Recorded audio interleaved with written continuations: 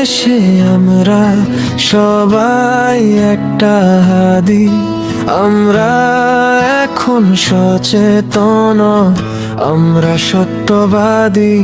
বাংলাদেশে আমরা সবাই একটা হাদি, আমরা এখন সচেতন, আমরা সত্যবাদী।